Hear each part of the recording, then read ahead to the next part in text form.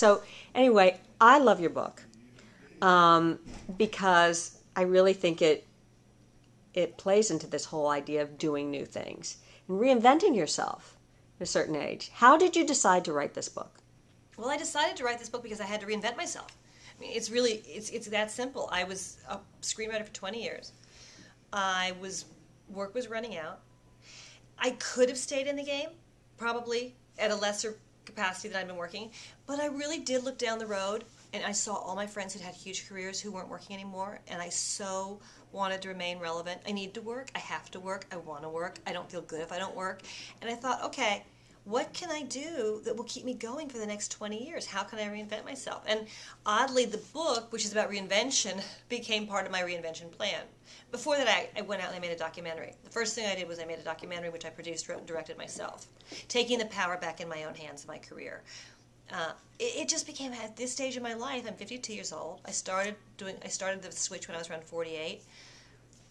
I really had to make a choice. Where do I want to be? And this is, I want to be in the driver's seat. When I stop working, I want it to be because I decided to stop working, not because someone pats me on the back and says, "See you later, alligator." You know, I think we were talking, I think we were talking about how a lot of women feel stuck and they stop doing new things. So the blog is oneyearfirst.com. How does that, I mean, you're saying you're telling women to go out and do new things. I'm telling women every day, you know, if you're single and you're unhappy, go online. It's scary to some women, but it's better than sitting home and complaining and watching another episode of The Housewives. You know, just go do it. If your marriage isn't working at 50, get out of it if you can.